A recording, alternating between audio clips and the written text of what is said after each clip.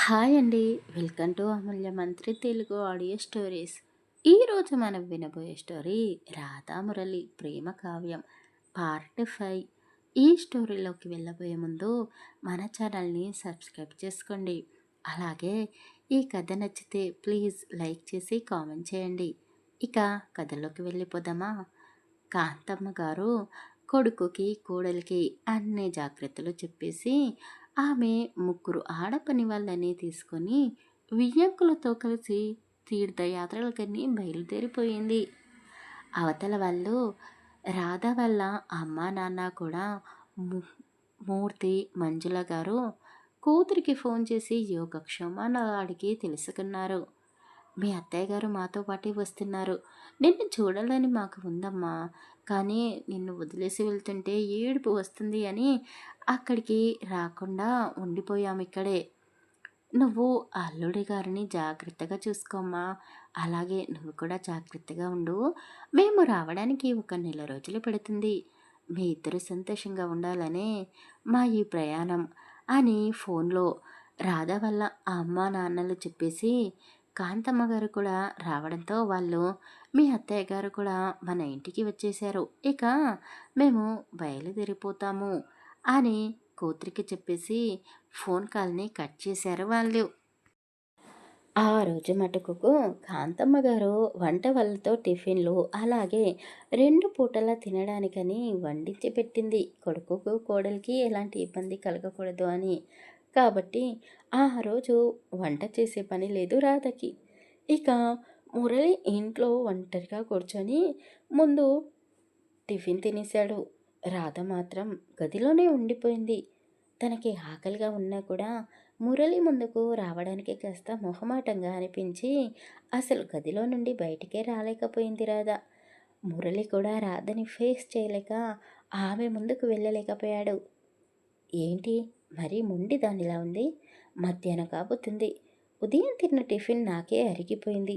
ఇప్పుడు రెండో పూటకి ఆకలి కూడా వేస్తుంది నాకు.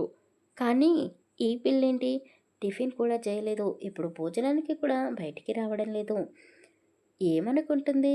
మొండితనంతో నన్ను సాధించాలనుకుంటుందా? లేదా నేనే వెళ్ళి బ్రతిమాలి తినిపిస్తానా అని భ్రమలో బ్రతుకుతుందా? నా వల్ల కాదు ఆవిడ గారిని బ్రతిమాలడం. ఆవిడ గారికి ఆకలి వేస్తే వచ్చి తింటుందిలే అని మనసుకు నచ్చ చెప్పుకొని అతను మాత్రం తృప్తిగా తినేసి కూర్చున్నాడు. ఉదయం నుండి అతను ఇంట్లో నుండి బయటికి అడుగు పెట్టలేదు. దాంతో అతని వెంట పని పాట లేకుండా తిరిగే స్నేహితులు పదే పదే ఫోన్స్ చేయడంతో అతనికి కూడా బోర్ కొట్టి హా వస్తున్నా అని ఒకే ఒక్క మాటలో ఫోన్ మాట్లాడేసి బయటికి వెళ్ళిపోయాడు. అతను హాల్లో అంత గట్టిగా మాట్లాడుతూ ఉంటే గదిలో ఉన్న రాధాకి స్పష్టంగా వినబడుతూ ఉంటే అతని మాటలు. అతను బైక్ స్టార్ట్ చేసుకుని వెళ్ళిపోయాడు. హమ్మయ్య! బయటికి వెళ్ళిపోయాడు. ఎప్పుడు బయటికి వెళ్తాడా? ఎప్పుడెప్పుడు నేను నా కడుపులోకి భోజనాన్ని పంపిద్దామా అని ఎదురు చూస్తూ ఉన్నాను. మహానుభావుడు ఇప్పటికి వెళ్ళిపోయాడు అని రాధ మనసులోనే అనుకొని ఆత్రంగా బయటికి వచ్చి టేబుల్పై ఉన్న భోజనాన్ని చూసి ఆకలితో అలమటిస్తున్న పేగులకి ఆపుకోలేక సర్ది చెప్పుకోలేక అసలే నీరసంగా ఉందా. పైగా ఆమెకి ఒంట్లో బాలేదు. ఇక ఆకలిని ఎలా భరిస్తుంది? నిదానంగా తింటే ఎక్కడ మళ్ళీ మురళి వస్తాడో ఇంటికి అని దబా దబా తినేసి మళ్ళీ గదిలోకి వెళ్ళిపోయింది. రాధకి కూడా గదిలో ఒంటరిగా కూర్చొని కూర్చొని బోర్ కొడుతుంది. ఇంట్లో పని చేయడానికి ఎవరు లేరు. బయట మాత్రం తోటమాలి తోట పని చేస్తున్నాడు. పాలేరులు వాళ్ళ పనులు చూసుకుంటున్నారు. టాబ్లెట్స్ వేసుకున్నందువల్ల రాధకి ఇప్పుడు కాస్త ఒంట్లో ఓపిక వచ్చింది. దాంతో అలా బయటికి వెళ్ళి పెరట్లో అటూ ఇటూ తిరుగుతూ ఉంది. అక్కడ పనిచేస్తున్న నలుగురు మగవాళ్ళు మధ్య వయసు వాళ్ళే. రాధ వాళ్ళతో వరసలు కలుపుకొని మాట్లాడుతూ ఉంది. వాళ్ళు కూడా రాధతో చక్కగా మాట్లాడుతున్నారు. చిన్నమ్మగారు చిన్నమ్మగారు అంటూ చాలా మర్యాదగా మాట పలకరింపు ఉంది వాళ్ళది. వయసులో మీకంటే చిన్నదాన్ని మరీ అంత మర్యాద ఇచ్చి మాట్లాడుతుంటే నాకు కొత్తగా ఉంది బాబాయ్లు. కాస్త మీ కూతురులా అనుకొని చనువుగా మాట్లాడండి అని రాధ అనేసింది. వాళ్ళు నవ్వుకుంటూ మీ ఇంట్లో పని చేసుకొని మా ఇంట్లో వాళ్ళకి కడుపు నింపుకుంటున్నాము. ఎంతైనా మీది జమీందారుల వంశం. మీకు మర్యాద ఇస్తే మేమే కరిగిపోములేమమ్మా! అయినా మీ మంచి మనసుకి అంతా మంచే జరగాలి.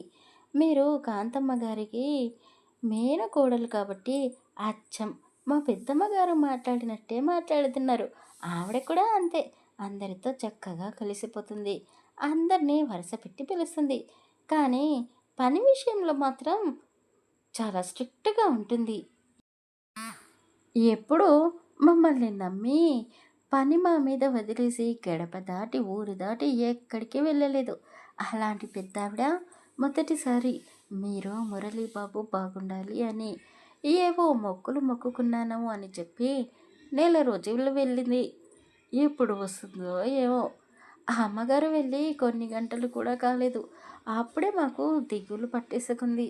ఇక్కడ పనులన్నీ ఎలా చేస్తామో ఏమో! మా సంగతంటే వదిలేయండి.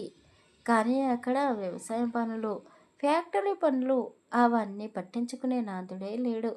అసలే ఈ మధ్య చాలా నష్టాలు చూపిస్తున్నారు గుమాస్తాలు అని ఆ అమ్మగారు కాస్త టెన్షన్ పడుతున్నారు.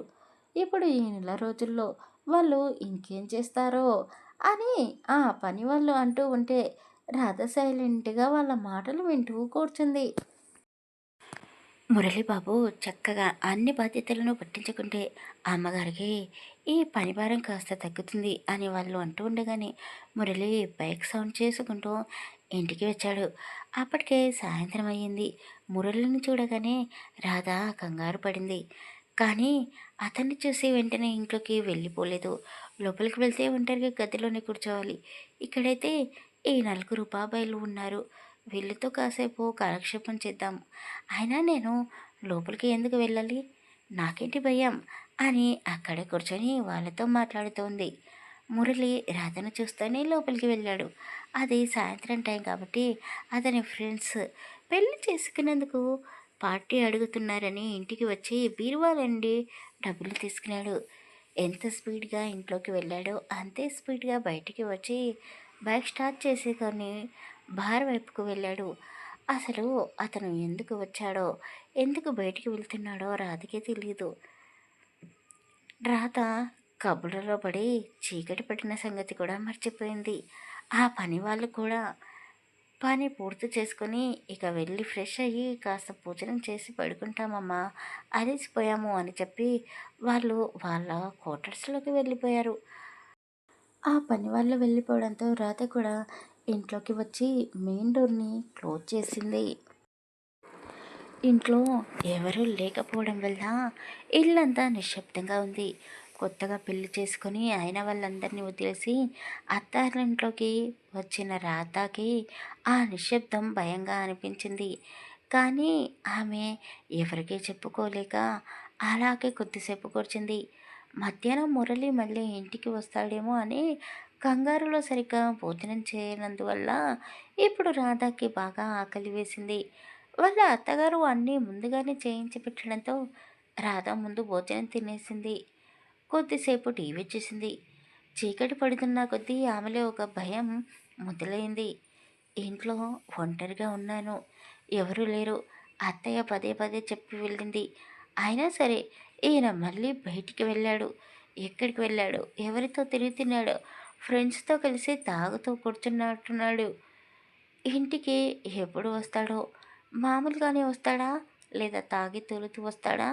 తాగిన మత్తులో అతను ఏం చేస్తాడో విచక్షణ కోల్పోతాడు అని రాధ మురళి గురించి ఆలోచిస్తూ కాస్త భయపడుతూ ఉంది. ఆమె అలాగే సోఫాలో కూర్చొని ఉంది. బాగా చీకటి పడిపోయింది. అప్పుడు మురళి బైక్ సౌండ్ రావడంతో రాధ గుండె వేగం పెరిగిపోయింది. అతను ఇంట్లోకి రాకముందే అతను తాగిన మందు వాసన రాధ ముక్కుకు వచ్చి చేరింది. ఈ రోజుకి ఈ స్టోరీ ఇంతేనండి. నెక్స్ట్ ఏం జరగబోతుందో తర్వాయి భాగంలో తెలుసుకుందాము. కథ నచ్చితే ప్లీజ్ లైక్ చేసి కామెంట్ చేయండి. అలాగే మన ఛానల్ని సబ్స్క్రైబ్ చేసుకోండి. మీరు నెక్స్ట్ పార్ట్ గురించి అడగడం లేదు, ఒక చిన్న కామెంట్ కూడా పెట్టడం లేదు కాబట్టి 2-3 రోజులు మీరు ఏదైనా కామెంట్ పెడతారేమో అని ఎదురు చూశాను. కానీ మీ నుండి ఎలాంటి రిప్లై లేదు. ఇక నేనే స్టోరీని అప్లోడ్ చేస్తున్నాను. విని ఆనందించండి. Thank you.